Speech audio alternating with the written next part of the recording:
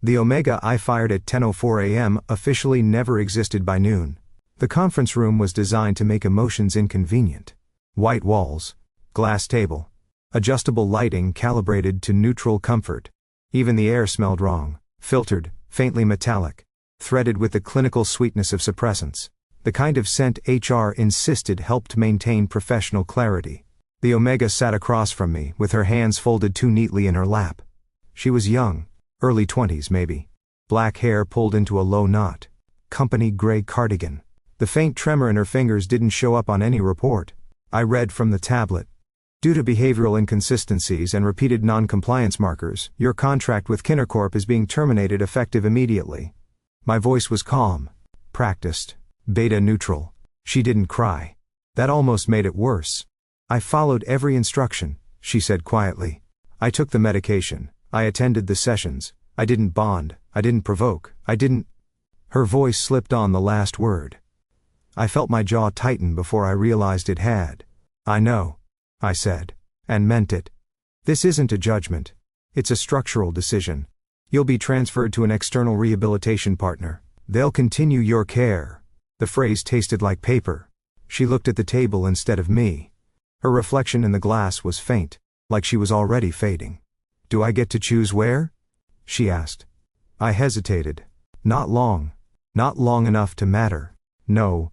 That was when the nausea hit. Light. Sharp. Like I'd swallowed a coin. I handed her the termination slate. She signed with a stylus that shook just enough to irritate me. Not at her, but at myself. At the room. At the smell. At the way this was supposed to feel routine. An HR assistant escorted her out. The door closed with a soft, expensive click. I sat there for a moment longer than policy recommended, staring at the empty chair. If this story caught you, subscribe. More are waiting. Then I stood, straightened my jacket and went back to work. By 11:17 a.m., her employee profile wouldn't load. At first I assumed a server delay. I refreshed. Logged out. Logged back in. Nothing. By 11:26, her name returned an error. No matching employee found. A thin line of irritation slid between my shoulder blades. I opened the master directory, typed her ID number. The system processed, then displayed a single sentence, stark and polite. Employee never existed. My mouth went dry. I pulled up the termination log. The file was there, timestamped, signed, approved. But her profile, education, medical history, performance charts, pheromone sensitivity reports, everything that made a person administratively real, was gone. I stood so fast my chair rolled back into the wall. The HR archive floor was 3 levels down. Climate controlled. Restricted. Where nothing was supposed to disappear. Only sleep. The elevator ride felt longer than physics allowed. Down there the lights were dimmer. The air colder. The hum of servers like distant insects. I walked between rows of document processors until I reached the disposal station. The shredder was still warm. Inside its transparent intake tray lay a single object the system hadn't swallowed yet. A white access card. Her access card. Her name was still printed on it. My fingers hovered, then closed around the plastic. It was warm. Recently used. I stood there with it pressed into my palm, pulse suddenly loud in my ears, a strange hollow opening just under my ribs. Something had moved. Something had been corrected. My wrist console vibrated. A new message bloomed across the screen. Security requests your presence. Security occupied the lowest public level of the tower, where the glass gave up and the walls went dark. The elevator doors opened onto black stone, low light, and the quiet, disciplined presence of people who didn't need to announce themselves. The air was different here. Cleaner, sharper, threaded with ozone and cold metal instead of disinfectant. A beta officer glanced at my console, nodded once, and gestured me down a narrow corridor. Interview room 3. The door slid open without a sound. He was already inside. Ray Calder sat in the only chair not bolted to the floor, turned slightly backward, arms draped over the backrest like he'd wandered into the wrong meeting and decided to stay out of curiosity. Black uniform. No visible insignia, except the thin silver bar at his throat. Alpha. Not the loud kind. Not the posturing, territorial type HR manuals love to profile. This one was still. Predator still. He didn't look up when I entered. He looked up when the door closed. His eyes were a dark, reflective gray. The kind that didn't settle on details so much as on outcomes. Sam Carter, he said. HR Director. Behavioral Compliance. I didn't offer my hand. Neither did he. You asked to see me, I said. A corner of his mouth moved. Not quite a smile. Sit. I did. The chair was colder than expected. For a few seconds he said nothing. Then he inhaled. It wasn't subtle. Not rude. Not exaggerated. Just a deliberate breath drawn through his nose. His gaze sharpened. You're stressed, he said. That's not unusual when security summons someone without context. But this is newer. He tilted his head. Metallic, dry. Beta adrenal response. You've been holding something warm. My fingers twitched around the access card in my pocket. I'm here to answer questions, I said. Not be analyzed. He leaned back farther, tipping the chair until it balanced on two legs. Funny, he said. That's what HR says before they do exactly that. I didn't rise to it. Why am I here? Because at 10:04 this morning, you terminated an Omega employee, and by 12:02, every internal trace of her existence was wiped. He slid a tablet across the table. I didn't touch it. I came to security because... No, he interrupted softly. You didn't. We came to you. Because your department doesn't fire people. His eyes locked onto mine. It erases them. The words landed harder than I expected. I picked up the tablet. A list filled the screen. Names, partial IDs, transfer codes. All marked, reassigned. I scrolled. The pattern emerged quickly. Omegas. Almost exclusively. Dozens of them. Some from years ago. Some from last week. You think HR is making people disappear, I said. I think HR is the paperwork arm of something that eats them. The door opened briefly. A man leaned in. Beta, close-cropped hair, sharp grin. Chief, your 2 o'clock is... Oh, sorry. His eyes flicked to me. Didn't realize HR was touring the basement today. Cole, Ray said. Out. Cole's grin widened. You're no fun. Then, he was gone. Silence settled again, heavier this time. What do you want from me? I asked. Ray studied me for a long moment. Not my face. My posture. My breathing. The way my foot had started tapping without permission. Not what, he said. Who? He stood. Up close, he was taller than he'd looked. The kind of presence that shifted space without touching it. Ask your father, he said quietly. What HR really does. Then he stepped past me, and the room smelled briefly of smoke and winter. And something underneath I couldn't name. The council floor didn't smell like anything. No disinfectant, no metal, no suppressants threaded into recycled air. Just height, sunlight, and money. The elevator rose past the operational levels into the quiet upper spine of the tower, where glass-replaced walls in the city existed mostly as something to be looked down on. My father's office occupied the eastern edge of the floor. Panoramic windows. Pale wood. Living greenery that someone else maintained so he could pretend it happened naturally. Richard Carter stood when I entered. He always did. Sam, he said warmly, opening his arms. I accepted the embrace before I remembered I didn't want to. He smelled like clean skin and expensive citrus. Not power. Not alpha. Not counsel. Just my father. Sit, he said, gesturing toward the low chairs near the window instead of his desk. You look pale. Have they been working you too hard again? Security summoned me, I said. He didn't pause. Ah, just that. He poured tea himself. A small, deliberate ritual he knew unsettled people more than any display of authority. They worry when departments overlap, he continued mildly. Security has always been territorial. I watched the liquid darken the cups. They believe HR is erasing employees, I said. He handed me the tea. His fingers brushed mine. Warm. Steady. Belief is a strong word, he replied.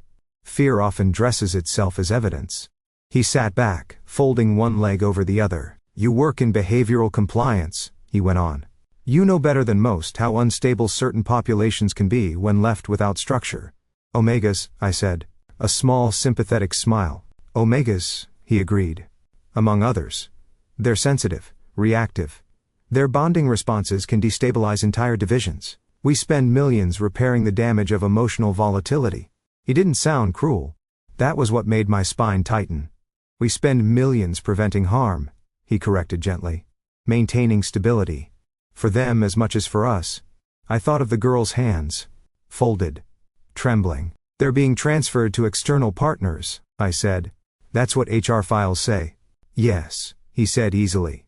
Some of them, he set his cup down. And some, he added, require closer oversight. My pulse thudded once, hard. He regarded me over the rim of his cup, eyes kind, voice soft. You've always been good at your job, Sam, because you don't lead with instinct, you lead with order. That's rare in our world. I don't like being used, I said. His brow creased. Just slightly, as if the idea hurt him. You're not being used, he said. You're being trusted. He leaned forward. There are internal audits beginning soon, he continued. Sensitive ones. Cross-departmental. I'd like you involved. HR doesn't oversee council audits. No, he agreed. Which is precisely why you should. He reached into his desk and slid a slim authorization wafer across the glass. Temporary clearance, he said. So you don't have to rely on rumor. I stared at the wafer. Council-level access. Beyond anything HR should ever touch. Because you're my son, he finished. And because I know where your loyalties lie. I picked it up. It felt heavier than plastic should. The system in my wrist console chimed softly. Access level updated. The elevator that went down didn't have floor numbers. Just a blank panel and a biometric scanner that warmed under my thumb like living skin. The doors closed. The ascent I was used to, the light, the city, the illusion of air, was replaced by a smooth, uninterrupted descent. No music. No announcements. Only the faint pressure change in my ears and the uncomfortable awareness of how much tower existed beneath my feet. When the doors opened, everything was white. Not the soft white of HR walls. Not the designer white of council corridors. This was medical white. Light that didn't reflect so much as erase. The sign on the wall read, Wellness Division. The air had no smell. That was the first thing that wrong-footed me. No disinfectant. No suppressants. No trace of pheromones. Just absence. Like breathing distilled water. A woman in a pale coat looked up from a tablet as I approached. Director Carter, she said politely, are you lost? I'm conducting an internal audit, I replied, and watched her eyes flick to my console as the clearance code transmitted. The smile returned a fraction slower. Of course. Follow me. We walked. The corridors curved gently, as if designed to prevent anyone from seeing too far ahead. The lighting was seamless, no fixtures, no shadows. Cameras sat in the corners, small and dark, and completely unmarked. No corporate logos, no department seals, just lenses. She led me past a series of doors with no windows, each marked only by a number. Patient rooms? I asked. Recovery suites, she corrected. Most are currently unoccupied. She said it like it was good news. She keyed open one. The room inside was immaculate. Bed made.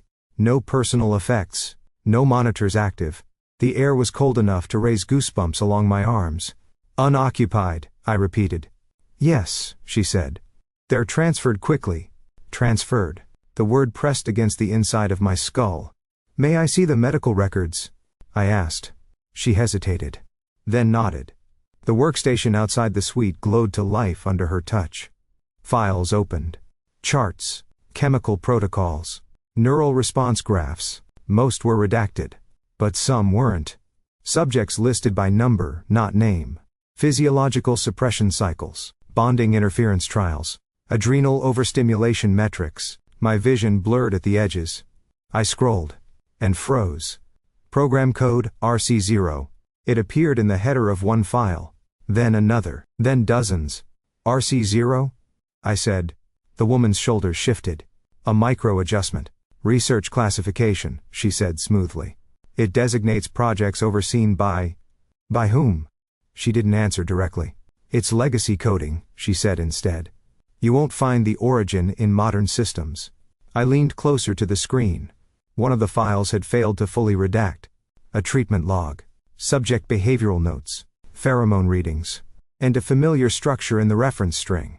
Not HR. Not medical. Security. My stomach rolled. I straightened too fast. The corridor tilted, white bleeding into white. For a moment, I had the irrational certainty that the building was closing in around me. that the curves were narrowing, guiding me somewhere I hadn't agreed to go. "Are you all right?" the woman asked. "Yes," I said too quickly. I backed away from the workstation, pulse loud, skin prickling with a cold sweat that had nothing to do with temperature. RC0. The same code Ray had shown me in security's internal directory. The wellness division had never been under HR, and it definitely hadn't been under medicine. It had been under containment, and I had just walked into it wearing a badge my father had given me. Ray's office didn't look like an office. No desk, no shelves, no awards on the walls. Just a reinforced glass panel overlooking the training floor, a narrow metal table, and 2 chairs bolted into concrete like someone had decided comfort was a liability. Beyond the glass, security trainees moved in controlled bursts of motion, sparring, shifting, resetting. The muted thud of bodies hitting mats pulsed through the room like a second heartbeat. Ray closed the door behind me. Not sharply, not dramatically. He simply pressed his palm to the panel until it sealed, and the outside sound vanished. The silence felt deliberate. I didn't sit. "I went to the wellness division," I said. His eyes lifted, slow and focused. "I found the project code," I continued. RC0. For the first time since I'd met him, his expression changed. Not surprise. Recognition. I activated my console and projected the file header into the air between us. White text. Clinical formatting. RC0. He stared at it for a long moment. Then he turned and leaned back against the table. "Show me your wrist," he said. "What?" "Your left wrist." A flicker of irritation rose. "Why?" "Because if you went down there with that clearance, I need to know what they think they own." I hesitated, then extended my arm. He didn't touch it. Just looked, then exhaled. "Good," he murmured. "They haven't marked you." "Marked me how?" Instead of answering, he reached up and removed the black glove from his right hand. Slowly. His skin was a shade lighter beneath, the faint lines of old scars barely visible except for one. A thin, pale band encircled his wrist. Too precise to be an accident, too even to be decorative. My breath caught before I could stop it. "Suppressor implant site," he said. I stared. "They used to fit them externally," he continued. "Metal bands, chemical dampeners, keeps alphas from responding, keeps omegas from bonding. Keeps everyone compliant." My stomach tightened. "When they learned how to internalize them," he added, "they started testing behavioral rewrites." He looked at me then. Directly. I was 17, corporate-sponsored, high adaptability profile, beta compatibility index off the charts. His mouth twitched. "HR called it a miracle." I swallowed. "They experimented on you. They optimized me," he corrected flatly. "Trained me, kept me functional, returned me to the system when I stopped screaming." The training floor blurred behind him. I was HR's success story. The words pressed into my chest like weight. "I didn't know," I said, and hated how small it sounded. "I know," he replied. That was worse. A sudden pressure built behind my eyes, heat in my throat. A stupid, involuntary sting. "I helped build compliance frameworks," I said. "I reviewed medication protocols. I signed off on rehabilitation language. I—" "Stop." His voice sharpened.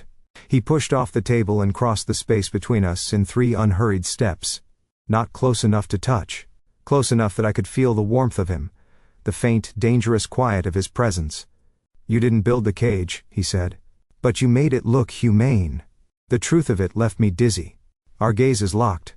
Something unsteady pulled tight between us. Anger, guilt, curiosity. Something else I wasn't ready to name. Then he stepped back. "You showed me the code," he said. "That means you're already standing on the edge." He reached for his glove, slid it back into place. "If you go deeper," he said quietly, "they won't let you back out." HR analytics occupied a corner of the 32nd floor that most executives forgot existed. No glass walls, no skyline, just rows of workstations, soft blue lighting, and the constant insect-like hum of servers chewing through behavior models and attrition forecasts. Mina Kwan sat cross-legged in her chair, jacket draped over the backrest, black hair twisted up with a pen that probably violated 6 appearance codes. She didn't look surprised when I stopped at her desk. "You're either here to fire me," she said without turning, "or you finally figured out where the bodies are hidden." "Good afternoon to you too, Mina." She swiveled, one brow lifting. Her eyes were sharp. Tired. amused in the way people get when amusement is cheaper than panic. That expression, she said, that's not a termination face. That's a please tell me I'm not insane face. I went to wellness, I said. She exhaled through her nose. Ah. So you found the door. You know about it. I know about the data, she corrected. Which is usually worse. She tapped her screen. The privacy field shimmered up around her desk, tinting the air faintly violet. Then she slid her chair closer and pulled up a partitioned interface I'd never seen before. These don't exist, she said. Officially, names scrolled past. Or what should have been names. Subjects were listed with given names only. No family designations, no PAC records, no bonding histories. Just Lena, J, Mara. Subject 114. No surnames, I murmured. Can't trace a family that way, Mina said. Can't assign liability. Can't trigger benefit claims. She opened another layer. Rehabilitation logs. But where dates should have been, there were blank fields. Transfers with no destinations. Returns with no origins. They go in, she said lightly. They stop existing. Sometimes they come back. Different. Sometimes they don't. And HR signs off on this, I said. She tilted her head. HR phrases it. There's a difference. My throat tightened. How long have you known? She considered me for a moment. How long have I been afraid? She asked. Or how long have I been quiet? She smiled thinly. Different timelines? She leaned back, folding her arms. They flagged anomalies years ago, she continued. Attrition curves that didn't match mortality. Behavioral drift that didn't correlate to treatment. Omegas who vanished from all relational datasets, but kept showing up in pharmaceutical orders. She shrugged. I started making copies. In case you needed leverage, I said. In case I needed proof, she replied. Leverage assumes you plan to survive. Despite myself, a breath of humor slipped out. You're very bad at reassuring people. Sam, I work in HR analytics, she said. Reassurance is not in our budget. She closed the partitions and stood. Come on, she said. If you're here, it means you've already crossed the line. Which line? She looked at me over her shoulder. The one where you can still pretend this is theoretical. She led me past the workstations, through a secured door at the back of the office, into a narrow, cold corridor that vibrated faintly underfoot. The server wing. She stopped at a terminal embedded in the wall, and placed her palm against it. The system chimed. Lights rippled. This, she said quietly, is the archive. The screen bloomed to life, and the air around us seemed to hold its breath. The archive was not a room. It was a wound. A long sealed sector cut through the server wing like a surgical incision. Glass walls on both sides, cables pulsing behind them like veins. The temperature dropped the moment we stepped inside. The hum of processing units wasn't loud, but it was everywhere, vibrating faintly through bone. Mina keyed me in and left without a word. Ray was already there, leaning against the inner rail, arms folded, head tipped slightly back, eyes closed as if listening to something I couldn't hear. He opened them when the door sealed behind me. You found it, he said. Not alone, I replied. The central console waited between us. Dark. Expectant. I raised my wrist and authorized access. The interface didn't ask for keywords. It opened a gallery. Rows of files bloomed across the curved glass. Video logs, biometric captures, neural scans, observation feeds. The first one activated the moment my finger brushed it. A room filled the air. Metal. Small. No windows. A cage bolted to the floor.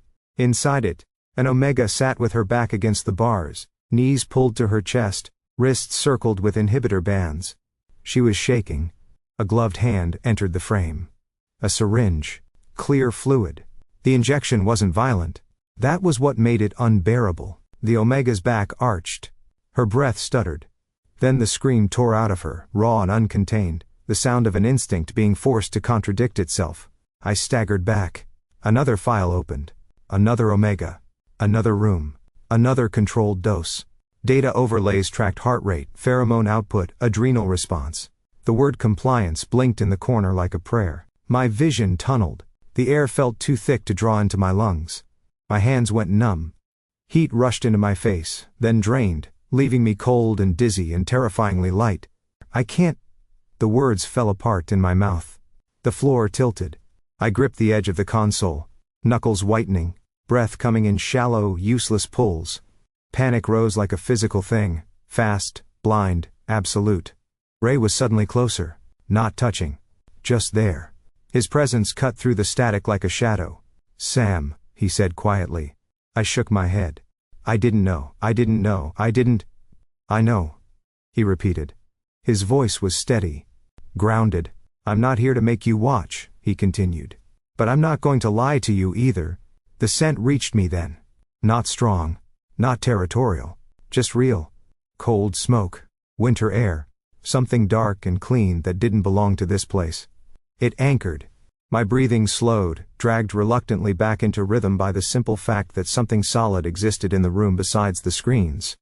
I closed my eyes. When I opened them again, the interface had shifted. A master file stood open. Project overview. Funding routes. Departmental sign-offs.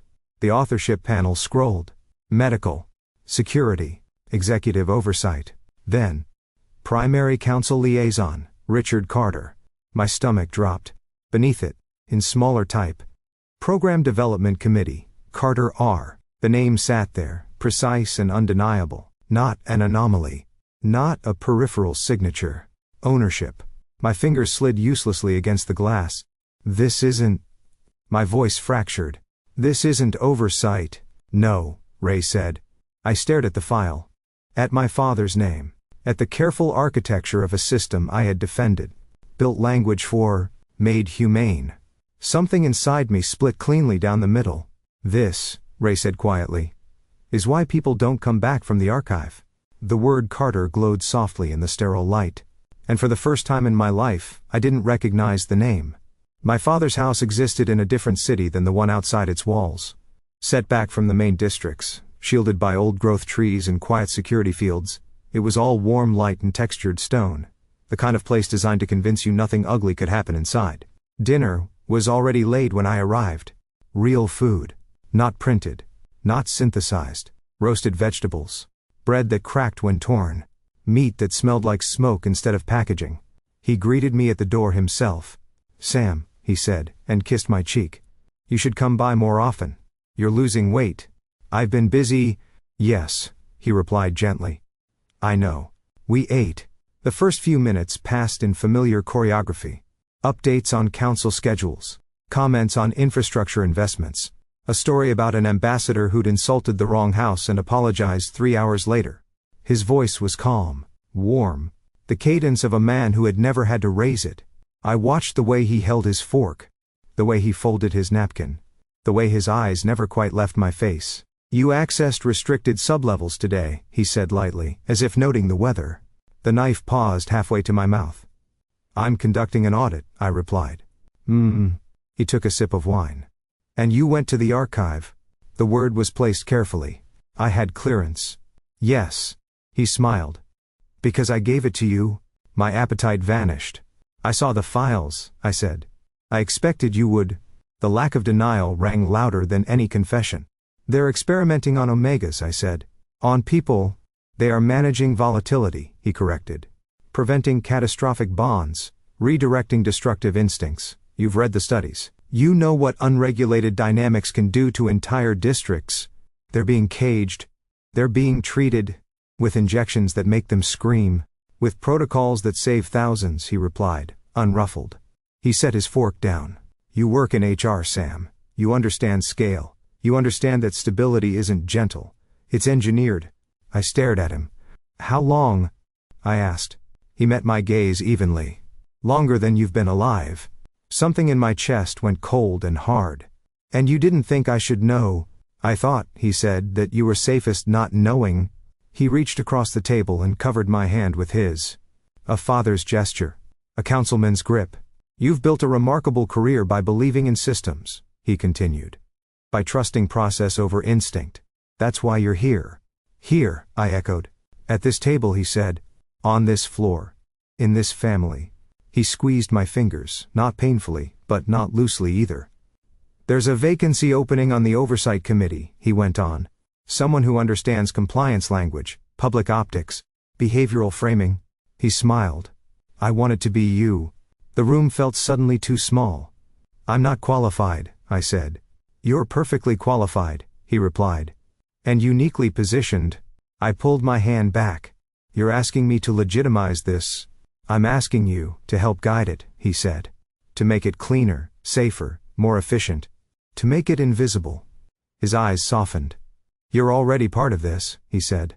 The words settled between us, heavy and irrevocable. And for the first time since childhood, I realized my father wasn't inviting me to dinner. He was closing a door. It was raining. Not the polite kind. Not the mist that softened edges and made the city feel cinematic. This was heavy, unrelenting rain, pounding the underground parking level until the sound of it layered over itself, turning the space into a hollow drum.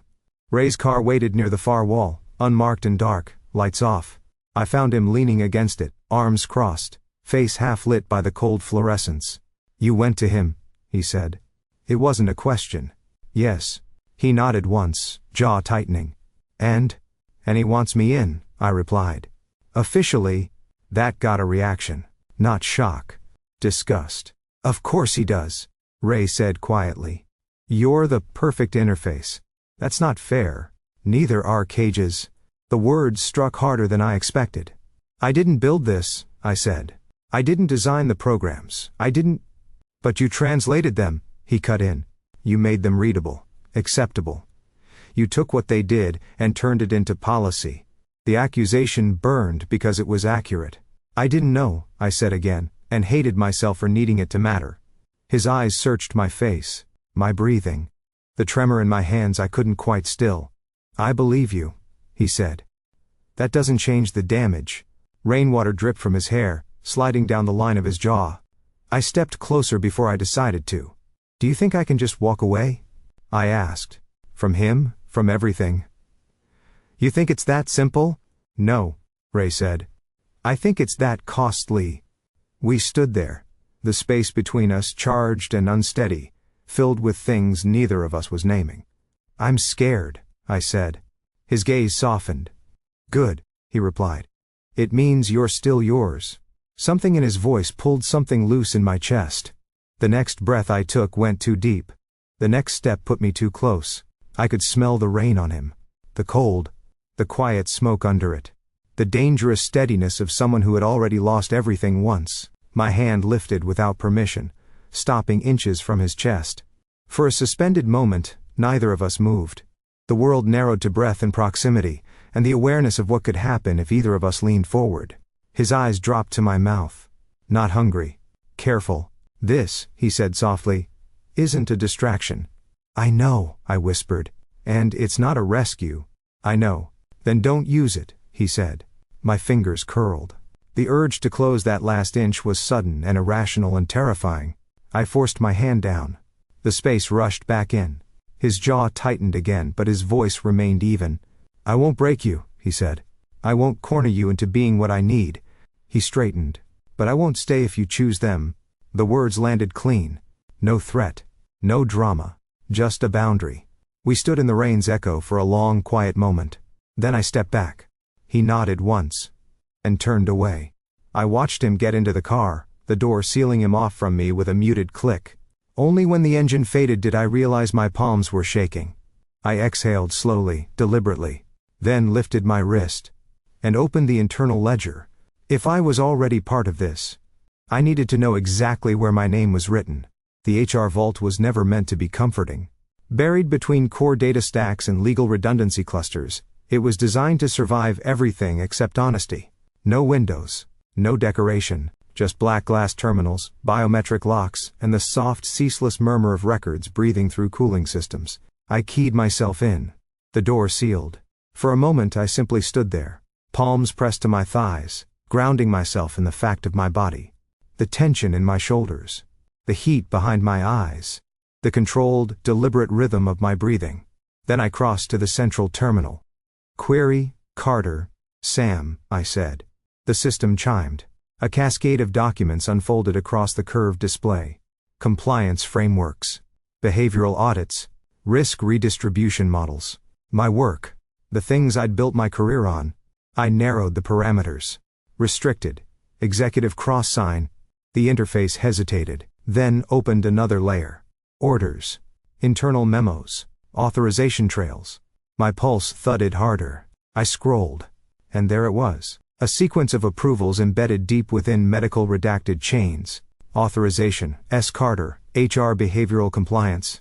My stomach clenched. I opened one. A transfer order. Subject ID only. Relocation to a specialized rehabilitation partner. The language was mine.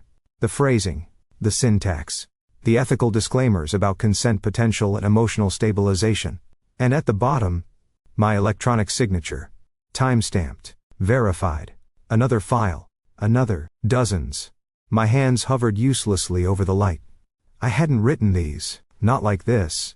I had designed the frameworks, the approval architectures, the auto-authorization protocols for efficiency and legal shielding. They had inserted themselves into my systems. Used my career like a skeleton key. I wasn't a bystander. I was infrastructure. The realization didn't break me. It hardened something. I straightened, jaw locking, heat moving through my chest not as panic but as focus. They hadn't just erased people. They had laundered cruelty through me. The terminal pulsed. An incoming message thread forced itself into the interface. Council oversight notice. Compliance review pending. Subtext without words. We see you. Another message. Private channel. From my father's office. Let's discuss your concerns before they become misunderstandings. Pressure. Not immediate. Not overt. But unmistakable. I closed my eyes once. Briefly. Then opened them.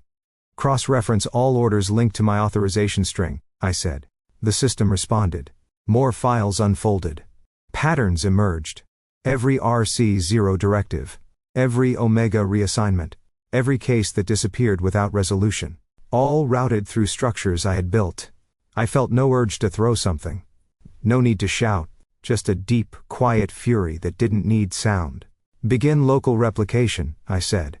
The terminal warned me. Unauthorized mass duplication may trigger audit alerts. Override, I replied. Personal archive. Another pause. Then, replication initiated. Data began to flow. Files copying into a private cache, clean and silent. I didn't know yet where this would end. I only knew that the lie ended here, and that if my name had been used to build the cage, then my name would be on the key. I stayed in the vault until the first dataset completed. Then started the second. The first article went live at 6:12 a.m. I was standing in my kitchen, watching water boil, when my console vibrated once, then again, then didn't stop. Council-linked program exposed. Internal files detail Omega experimentation. Kinner Tower under investigation. I didn't open the kettle. I stood very still while the world recalibrated around me. By 6:20, every major network had mirrored the data drop. Sanitized versions at first. Then raw fragments. Video stills. Authorization chains. Medical overlays. By 6:31, Kinner Corp stock had frozen.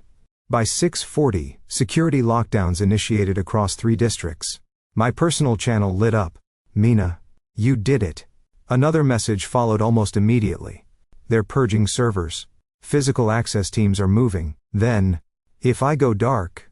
The line cut off. I tried to ping her. No response. I threw on my jacket and headed for the tower. I didn't make it past the transit gates. Corporate emergency protocols had sealed half the city. Drones tracked movement. Public advisories scrolled across hollow displays like weather warnings. Inside the tower's outer ring, everything fractured. Security teams moved in coordinated lines. HR floors were locked down.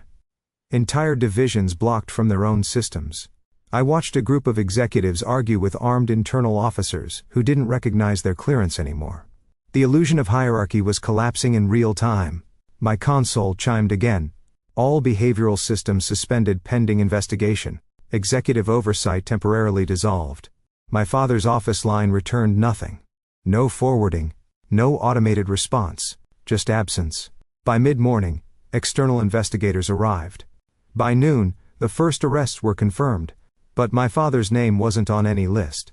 The Carter residence had been vacated. No personnel. No devices. No trace. At 12:17 p.m., my internal credentials failed. Every system I'd helped build rejected me. By 12:19, I was escorted from the tower by 2 security officers who would not meet my eyes. No cuffs. No words. just procedure. Outside, the plaza had become a media hive. Cameras, reporters, protesters. Some angry, some crying, some silent in a way that felt heavier than noise. I didn't speak. I walked until the sound thinned, until my console vibrated with one final corporate transmission. Termination notice, Sam Carter. Position, Director of Behavioral Compliance. Effective immediately. All access privileges revoked. The message stayed on the screen longer than necessary. I closed it. For a long moment, there was nothing. No schedules. No alerts. No system hum under my skin. Just the sound of my own breathing and the distant roar of a city learning something it couldn't unlearn. I tried Ray's channel. Again. No response. I tried Mina's. Nothing. The corporate world I'd lived inside my entire adult life was gone. My father was gone. My job was gone. And somehow beneath the hollow ache of it, there was space. Cold. Terrifying. Free. I stood there in it, surrounded by strangers and breaking headlines, and the sharp, clean air of a morning that no longer belonged to anyone. And for the first time, there was no system left to tell me what came next. Silence is not the absence of sound. It's the absence of obligation. My apartment had never been quiet before. Not really. Even at night it hummed. Alerts syncing, systems updating, background feeds whispering market fluctuations and internal schedules. Now it did nothing. No soft chime when I entered. No environmental shift to optimal rest. No reminders blooming in the air like polite ghosts. Just the door closing. And the space staying the same. I stood there longer than necessary, waiting for something to demand me. Nothing did. The furniture looked unfamiliar without the architecture of work wrapped around it. My console lay dark on the counter, a useless square of glass. My reflection in the window didn't have a title hovering beside it anymore. Sam. Not Director Carter. Not compliance. Just a man standing in a room he technically owned, and had never really occupied. I drifted through it like a guest. The bed. Untouched. The closet. Suits aligned by regulation, not preference. The kitchen. The kettle I'd never finished using that morning. I sat on the floor with my back against the cabinet and let my head rest there, eyes closed. For a while there was only breath. And the dull, echoing space where a structure had been. The city outside moved on. I walked later. No destination. Just streets. Districts I'd passed through sealed in transports now unfolded at human speed. I smelled food. Heard arguments. Watched an Omega couple laughing over something stupid and unimportant. No one looked at me. No one needed anything from me. I wandered until my feet hurt and my thoughts stopped circling. Until I found myself in front of a narrow, abandoned storefront between a repair shop and a closed clinic. The glass was dusty, the signage blank, but the space inside was clean, open, sunlit in a way the tower had never been. I stood there, rain from the previous night still darkening the pavement, and felt something unsteady but alive stretch in my chest. I had data. I had names.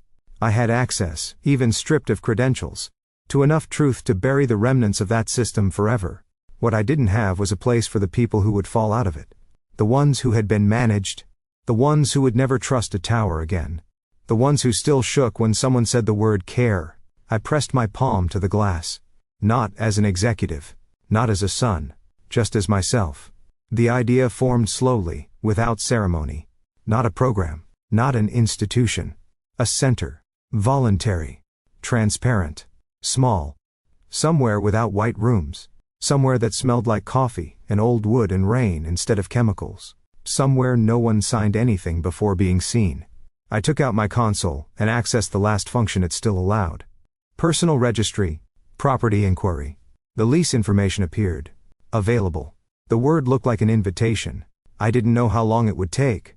I didn't know who would come. I only knew that for the first time, the thing in front of me was not built to contain. It was built to receive. 2 weeks later, the dust was gone. The lights were on.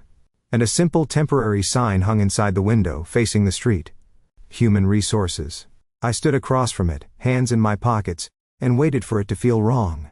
It didn't. The bell over the door was temporary. Cheap metal. Off-key. The kind that rang more because someone had nudged it than because it believed in announcing things. It rang anyway. I looked up from the half-unpacked box of donated mugs and felt the room subtly change. Ray stood just inside the threshold. No uniform. No insignia. No black-on-black severity. He wore a dark jacket, worn at the seams, and a gray shirt that softened the lines of him. His hair was still damp, like he'd walked through rain or washed the day off before coming here. For a suspended second, neither of us moved. Then he lifted one brow. "So," he said. "This is what happens when HR goes rogue." Relief hit first. Sharp. Disorienting. I set the mug down before I dropped it. "You disappeared," I said. He shrugged lightly. "I was advised to do that." "By who?" "My survival instinct," I huffed despite myself. "Very responsible of you." He took a few steps in, letting the door close behind him. The space was small. A reception desk I'd rescued from storage. 2 mismatched chairs. A low table with pamphlets no one had taken yet. And sunlight. He looked around slowly. "No scanners," he observed. "No intake forms," I said. "No suppressants in the air. Just dust," he agreed. "And coffee." "Bad coffee," I admitted. "But consensual." His mouth curved. The silence between us felt different here. Not heavy. Not charged with systems and consequences. Just open. "I heard what you did," he said. I leaned back against the desk. "I heard what I lost." His gaze held mine. "And what you chose?" That sat between us longer. "Are you here to tell me I'm an idiot?" I asked. "For the sign?" He glanced at the window. "Yes. Absolutely." I laughed. It startled both of us. "You kept human resources," he continued. "You realize that's either very brave or deeply unhinged." "I'm reclaiming it," I said. "Or poisoning it beyond use. The jury's out." He stepped closer. "Not into my space. Into the space we hadn't defined. I'm not here on security business," he said. "I don't have any." "I know. I'm not here to recruit you, or protect you, or stop you." "I know." His voice lowered. "I'm here because I didn't want to choose what happened to me anymore." My breath caught softly. "And I didn't want to leave," he finished, "without seeing what you became when no one was telling you what to be." We stood there, close enough that I could see the faint scar at his wrist where the glove wasn't. Close enough that the hum under my skin was not fear. It was awareness. I reached out. This time, I didn't stop. My fingers brushed his sleeve, then his wrist. He inhaled. Didn't move away. The moment stretched. Not sharp, not desperate. Earned. When I leaned in, he met me halfway. The kiss was not careful. But it was kind. No claiming. No hierarchy. Just mouths and breath and the quiet, ridiculous wonder of it. When we parted, his forehead rested briefly against mine. "So," he murmured, "what happens now?" I exhaled, smiling. "Now," I said, "you're standing in a place that doesn't ask who you are before it lets you stay." His eyes softened. He looked around once more, then back at me, and didn't step away. The center never got busy the way corporations do. There were no surges, no peaks, no performance curves. It simply filled, one person at a time. An omega with shaking hands who stayed only long enough to drink tea and sit near the window. A beta who didn't want therapy, just a place to breathe without being evaluated. An alpha who asked very carefully if suppressants were required to cross the threshold. "No," I told him. "Only honesty." He left an hour later, looking 10 pounds lighter. We kept the lights warm. The door unlocked. The kettle on. Ray built a shelf because the donated books kept collapsing into ungraceful piles. He was bad at pretending he wasn't good with tools. "Security training," he said when I raised an eyebrow. "Somehow that doesn't reassure me," I replied. He grinned. He stayed. Not as protection. Not as a guard. As someone who made soup badly, but learned quickly. As someone who talked to visitors when they were more comfortable with an alpha presence, and stepped away when they weren't. As someone who never once told anyone who they were allowed to be. Mina came back 3 weeks after the leak. She stood in the doorway in a borrowed jacket, hair shorter, eyes still sharp. "You realize," she said, "that you built the worst data security nightmare in the city." I crossed the room in 2 steps and pulled her into a hug before she could deflect. She stiffened. Then exhaled. "I rerouted the last backups before I vanished," she added into my shoulder. "Just in case you were planning on being reckless long term." "Of course you did," I said. She stepped back, looked at the space, the people, the sunlight. You really did it, she murmured. Apparently, I replied. She smiled then. Small. Real. I'd like to help, she said. On my terms. Those are the only kind we're taking. The sign in the window lasted a month. Long enough for the name to gather meaning. Long enough for people to stop flinching when they read it.